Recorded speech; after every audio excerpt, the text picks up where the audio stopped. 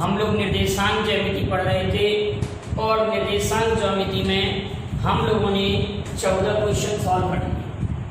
अब 15वां क्वेश्चन कुछ इस तरह से है। क्वेश्चन है क्वेश्चन नंबर 15।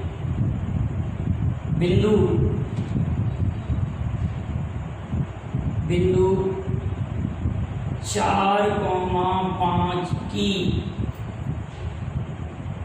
6,8 से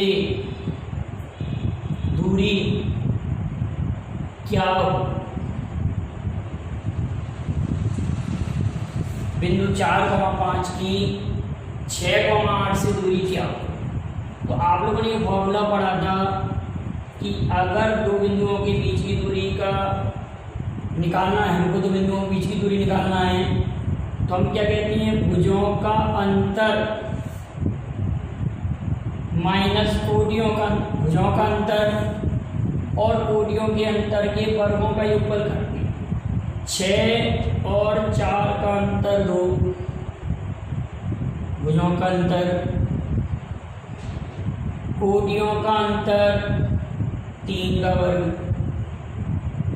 भुजों का अंतर क्या हो जाएगा? 6 और 4 का अंतर 2 का वर्ग, 8 और 5 3 का अंतर, तो ये 2 का वर्ग हो जाएगा 4 और 3 का वर्ग हो जाएगा 9, तो ये टोटल हो जाएगा रूट का 13। तो रूट 13 दो बिंदुओं के बीच की दूरी हो। बिंदु 4,5 की 6,8 से दूरी क्या होगी? बिंदु 4,5 की 6,8 से दूरी क्या होगी? तो रूट 13। अगला क्वेश्चन लिख रहे हैं, बिंदु 7,12 की 3,8 से दूरी क्या होगी? बिंदु 7,12 की 3,8 से दूरी ज्ञात करो। बिंदु 7,12 की 3,8 से दूरी ज्ञात कीजिए। हम कैसे ज्ञात करेंगे? अगर दो बिंदुओं की दूरी निकालना है तो भुजों का अंतर 3 ऋण 7 तो ऋण 4 का वर्ग, कोटियों का अंतर तो 12 माइनस 8, देखिए 3 ऋण 7 ऋण 4 का वर्ग, 8 ऋण 12, 8 में से ऋण का 12 बचेगा तो ऋण का कितना बचेगा? 4, तो 4 का वर्ग 16 धन 16 32, 16 गुणे 2, 32 को 16 गुणे 2 लिख सकते हैं। 16 का इसका रूट 4 तो 4 रूट 2, ये दोनों बिंदुओं के बीच की दूरी आ गई 4 रूट 2, आंसर आ गया। अगला क्वेश्चन लिखते हैं, क्वेश्चन नंबर 17। क्वेश्चन नंबर 17, बिंदु 4 ऋण 7 की, क्वेश्चन नंबर 17, बिंदु 4 ऋण 7 की ऋण 1,5 से 4 ऋण 7 की ऋण 1,5 से दूरी ज्ञात करो। इन दोनों बिंदुओं के बीच की दूरी हमको ज्ञात करना है, तो कैसे ज्ञात करेंगे?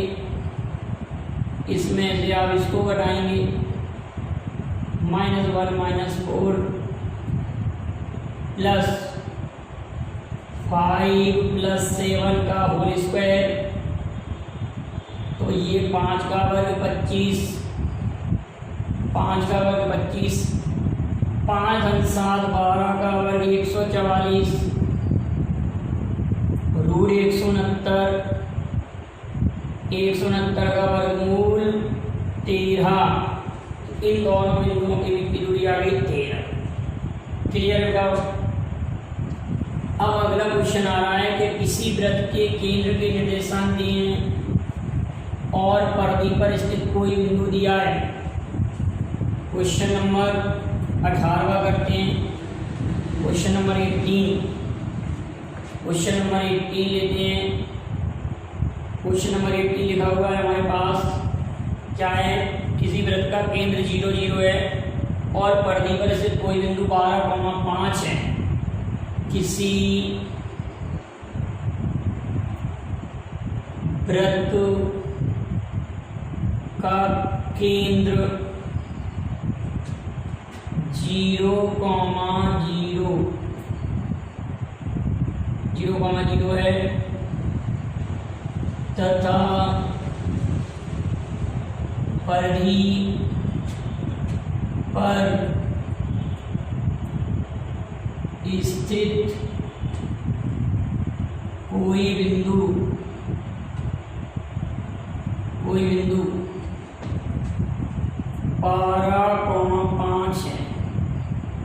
12,5 है तो वृत्त का व्यास क्या हो? ये क्वेश्चन आपसे क्या है? वृत्त का केंद्र 0,0 है और परिधि पर स्थित कोई बिंदु 12,5 है तो वृत्त का व्यास क्या? अगर हम ये कहें कि ये हमारा सर्कल है, वृत्त है और इसके सेंटर के कोऑर्डिनेट 0 0 है और परिधि पर कोई बिंदु 12,5 है। परिधि पर स्थित कोई बिंदु कितना है बेटा? 12,5 है। परिधि पर स्थित बिंदु 12,5 है। तो अगर हम इन दोनों बिंदुओं के बीच की दूरी निकालेंगे, आप समझ रहे हैं, दो बिंदुओं के बीच की दूरी निकालेंगे तो वृत्त की क्या आएगी? त्रिज्या आ जाएगी, रेडियस आएगी। इससे वृत्त की त्रिज्या आ जाएगी और इस रेडियस को हम दुगना कर देंगे तो वृत्त का व्यास आ जाएगा। तो इन दोनों बिंदुओं के बीच की दूरी अगर निकालें तो क्या करेंगे? त्रिज्या रेडियस त्रिज्या बराबर 12 - 0 का वर्ग 12 का वर्ग 144, 5 - 0 का वर्ग 5 का वर्ग 25, रूट 169 का वर्गमूल 13। तो त्रिज्या रेडियस हमारे पास 13 है, रेडियस 13 है त्रिज्या, तो व्यास 13 दूनी 26। तो हमारे पास व्यास बराबर 13 गुणित 2, 13 दूनी 26 क्या हो जाएगा? वृत्त का व्यास हो जाएगा। वृत्त का व्यास कितना? 13 दूनी 26 वृत्त का व्यास हो जाएगा। अगला क्वेश्चन है हमारे पास कि किसी वृत्त के केंद्र के निर्देशांक 0 0 है और परिधि पर स्थित, अगला क्वेश्चन दे रहे हैं, वृत्त के केंद्र के निर्देशांक 0 0 है और परिधि पर स्थित कोई बिंदु 3,4 है। 3,4 है तो वृत्त की परिधि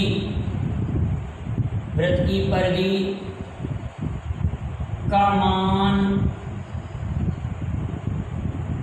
पाई के पदों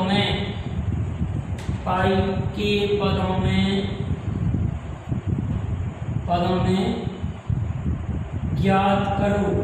ये क्वेश्चन आपसे कह रहा है। यहाँ पर पॉइंट चेंज हो गए। अब कॉन्सेप्ट बिल्कुल क्लियर है, आप समझदार है कि केंद्र के कोऑर्डिनेशन 0 0 हैं, केंद्र के निर्देशांक 0 0 हैं और परिधि पर स्थित कोई बिंदु 3,4 है, परिधि पर स्थित कोई बिंदु 3,4 है। तो यहाँ से यहाँ तक की जब दूरी निकालेंगे तो त्रिज्या आ जाएगी रेडियस r बराबर त्रिज्या बराबर 3 का वर्ग 9 और 4 का वर्ग 16 और रूट 25, 25 का वर्गमूल 5, त्रिज्या का मान आ गया 5, त्रिज्या का मान कितना आ गया बेटा? 5 आ गया। अब हमको निकालना है परिधि। क्या ज्ञात करना है? परिधि। 2πr परिधि होती है 2πr,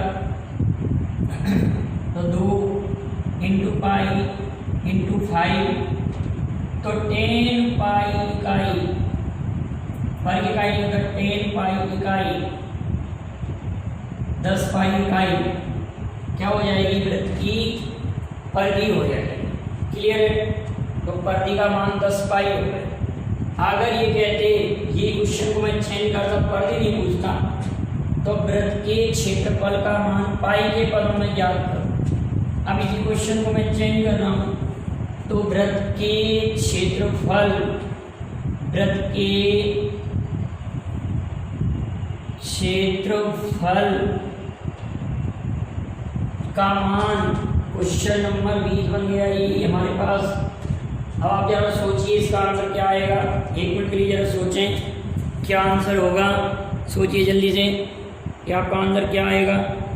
हमको निकालना वृत्त के क्षेत्रफल का मान,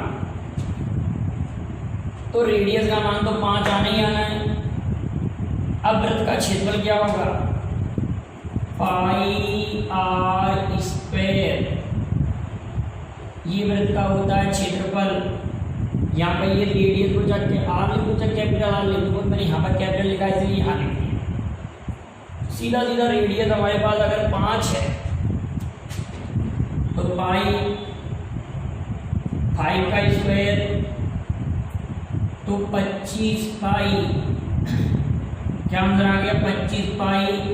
और वर्ग इकाई लिखेंगे क्योंकि क्षेत्रफल हमेशा वर्ग में आता है। 25 पाई वर्ग इकाई लिखेंगे हम। तो ये भी क्वेश्चन क्लियर। अब नेक्स्ट क्वेश्चन लेते हैं। अगला प्रश्न है, एक्स अक्ष पर स्थित वह बिंदु याद करो जो 1, ऋण 3 और ऋण 1,5 से समान दूरी पर स्थित है।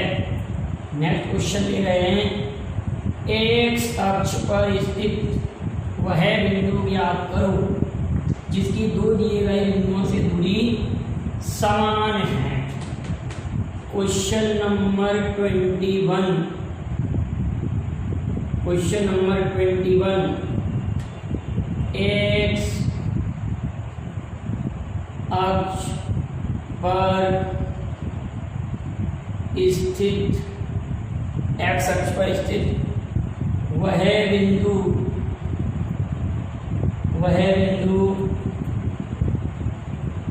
ज्ञात करो, वह बिंदु ज्ञात करो जो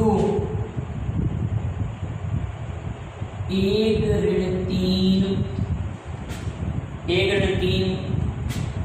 तथा ऋण 1,5 से ऋण 1,5 से समान दूरी पर है, समान दूरी पर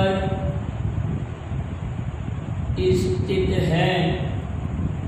ये क्वेश्चन है। एक्स अक्ष पर स्थित वह बिंदु याद करो जो 1, ऋण 3 तथा ऋण 1,5 से समान दूरी पर स्थित है।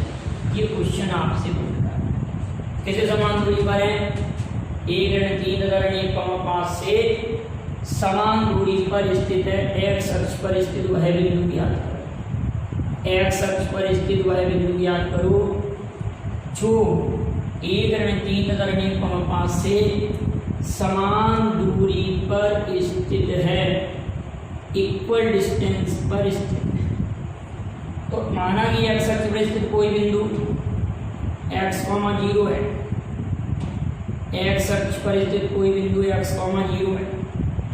x, 0 की 1, ऋण 3 तथा x, 0 की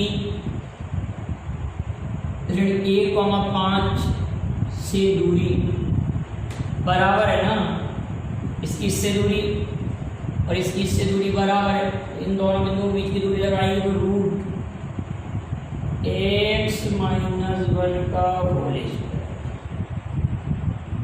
और 0 प्लस 3 का वर्ग, और यहाँ पर भी हम ऐसे करेंगे x प्लस 1 का होल स्क्वायर और 0 माइनस 5 का वर्ग। तो जब स्क्वायर हटाएंगे तो ये रहेगा x माइनस 1 का होल स्क्वायर और ये हो जाएगा प्लस का 9 और ये हो जाएगा x प्लस 1 का होल स्क्वायर, ये हो जाएगा 25। अगर मैं इसको ओपन करूँगा तो a वर्ग धन b वर्ग और 2ab तो 2x प्लस 9, a वर्ग धन b वर्ग धन 2x धन 25। तो आप कहेंगे सर ये तो कैंसिल आउट हो रहा है, ये कैंसिल आउट हो रहा है। अब हम कहेंगे माइनस 2x माइनस का 2x और माइनस का 2x और ये धन का 16 बचेगा, 25 में से 9 गए तो 16, तो ऋण का 4x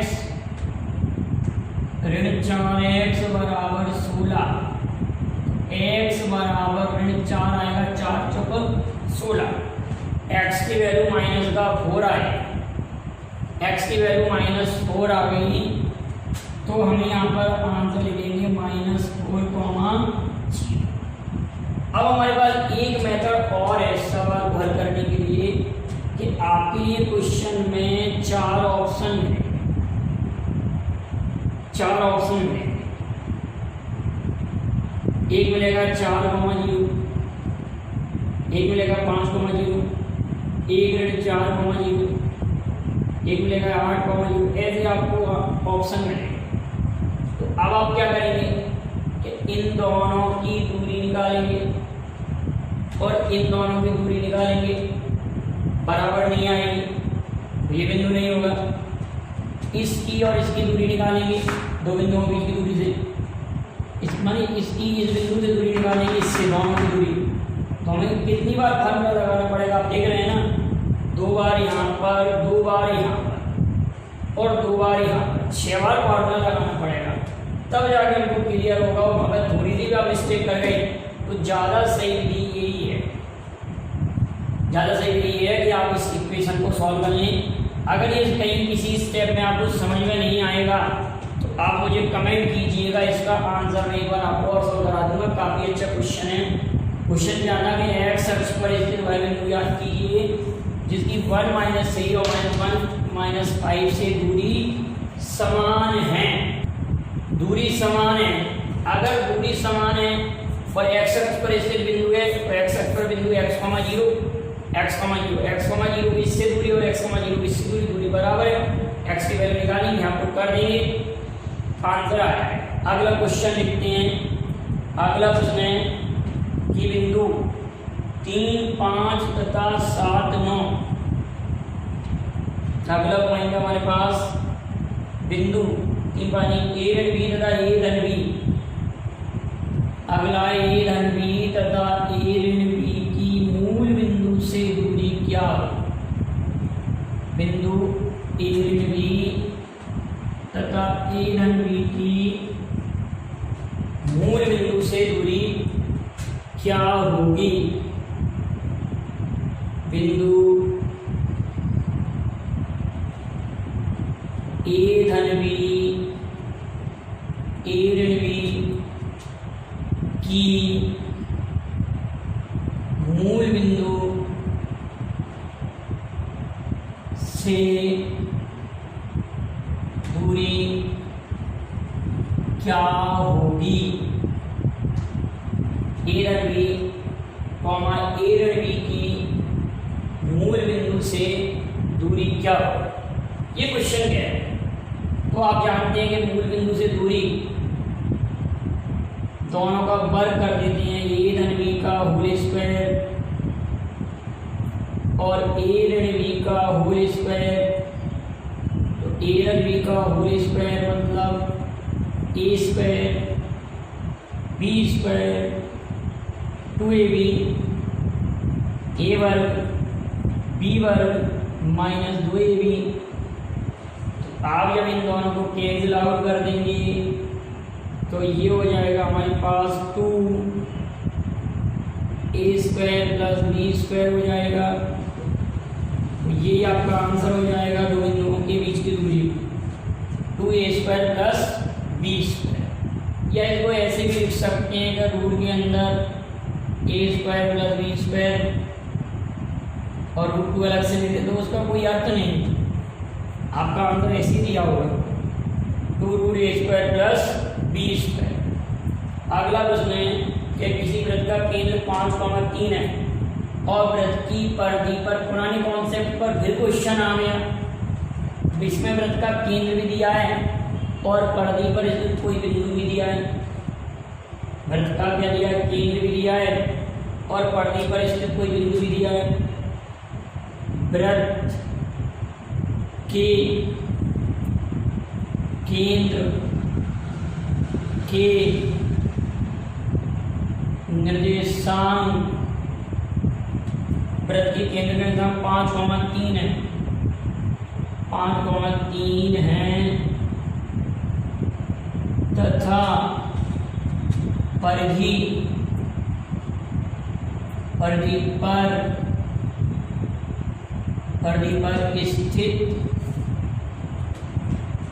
पर स्थित कोई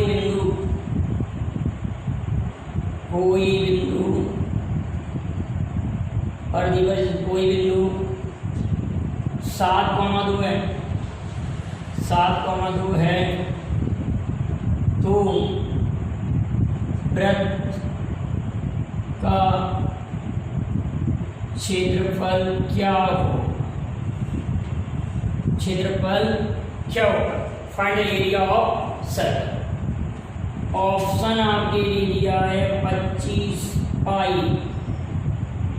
दूसरा दिया 5 पाई, 16 पाई और अगला ऑप्शन इनमें से कोई नहीं ना ऑफ दीज। ये 4 आपके पास ऑप्शन है।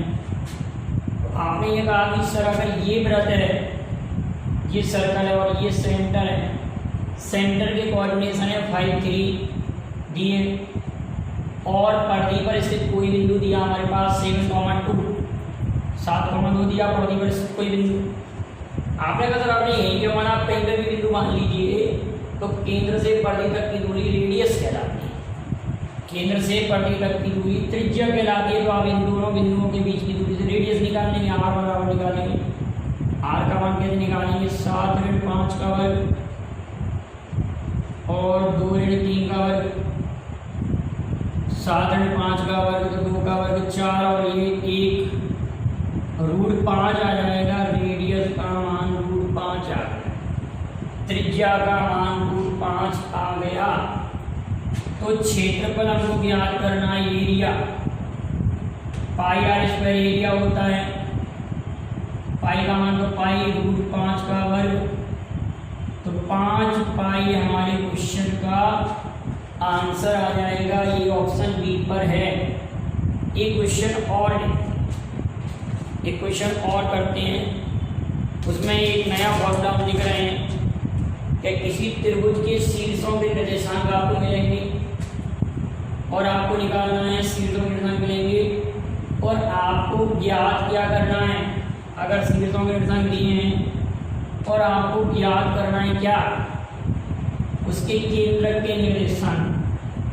त्रिभुज के शीर्षों के निर्देशांक आपके पास हैं। कोई त्रिभुज अगर हमारे पास है, ये त्रिभुज ABC है, ABC एक ट्राइंगल है जिसके शीर्षों के निर्देशांक x1 y1 x2 y2 और x3 y3 दिए हैं और मध्यिकाओं का जो प्रतिच्छेद बिंदु होता है, मध्यिकाओं का प्रतिच्छेद बिंदु, ये मध्यिकाओं का प्रतिच्छेद बिंदु त्रिभुज का सेंट्रॉइड केंद्रक कहलाता है। किसी त्रिभुज की मध्यिकाओं का प्रतिच्छेद बिंदु त्रिभुज का केंद्रक कहलाता है और केंद्रक मध्यिका को शीर्ष से आधार की ओर 2:1 के अनुपात में डिवाइड करती है। क्वेश्चन तो यही आता है कि केंद्रक मध्यिका को शीर्ष से आधार की ओर 2:1 के अनुपात में डिवाइड करता है और केंद्रक के निर्देशांक होंगे x1 + x2 plus x3/3 y1 plus y2 plus y3/3। अगर हमारे पास त्रिभुज के शीर्षों के कोऑर्डिनेशन दिए हैं, कोऑर्डिनेट ऑफ वर्टेक्स अगर हमारे पास है, तो सेंट्रोइड त्रिभुज के केंद्रक के निर्देशांक, आप इस फॉर्मूले को सभी लोग नोट कर लीजिए, इसका भी स्क्रीनशॉट भी ले लें आप। तो केंद्रक के निर्देशांक कितने हो जाएंगे, x1 plus x2 plus x3/3 y1 plus y2 plus y3/3। ये क्वेश्चन हम इस पर लेते हैं किसी त्रिभुज के शीर्षों के निर्देशांक, किसी त्रिभुज के शीर्षों के निर्देशांक, अब 5 4 ऋण 2 4। क्वेश्चन नंबर 24, किसी त्रिभुज के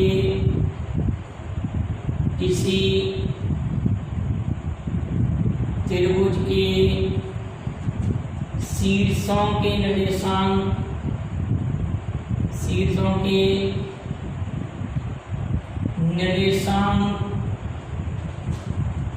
चलिए शीर्षों के निर्देशांक 5 4 5,4 ऋण 2,4 तथा 12,10 है, 12,10 हैं। तो त्रिभुज के केंद्रक के निर्देशांक,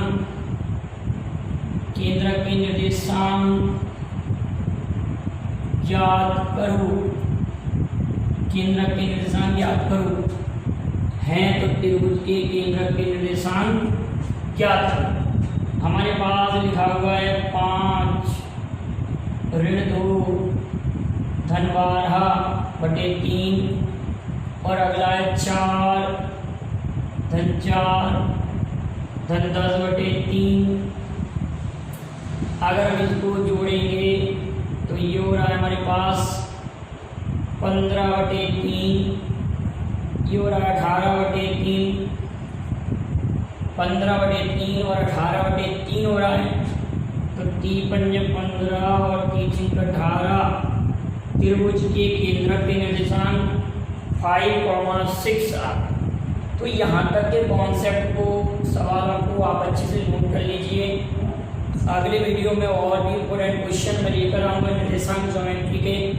वीडियो पसंद आए तो लाइक शेयर जरूर कीजिए अपने स्टडी ग्रुप में। Thank you very much. जय हिंद, जय भारत।